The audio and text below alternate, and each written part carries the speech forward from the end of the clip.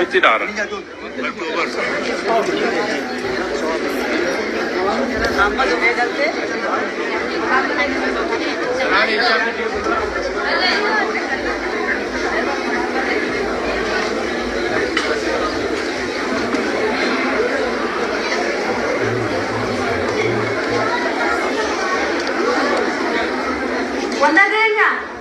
Aden harkisin jeen.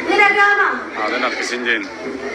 Ayyee duraan dursee Jawaar Mohammad bakka nagaa wal agarree yeroo lammadaatii fi jaallatni obboleeyyan kiyyaa hawwan shamarran dargaggoon hundaa'u bakka nagaa wal agarree Jawaar hidda hidhaadhaa walitti nu hidhee har'a gamaa gamanaa namuu dadhabbii takka malee baraka kana keessa waliin nu fide garuu haa ta'uu gaafii qabaa gaafii hedduullee gaafatamee ture namni takka intalli takka abbaa waanuma gaafatti yeroo hedduullee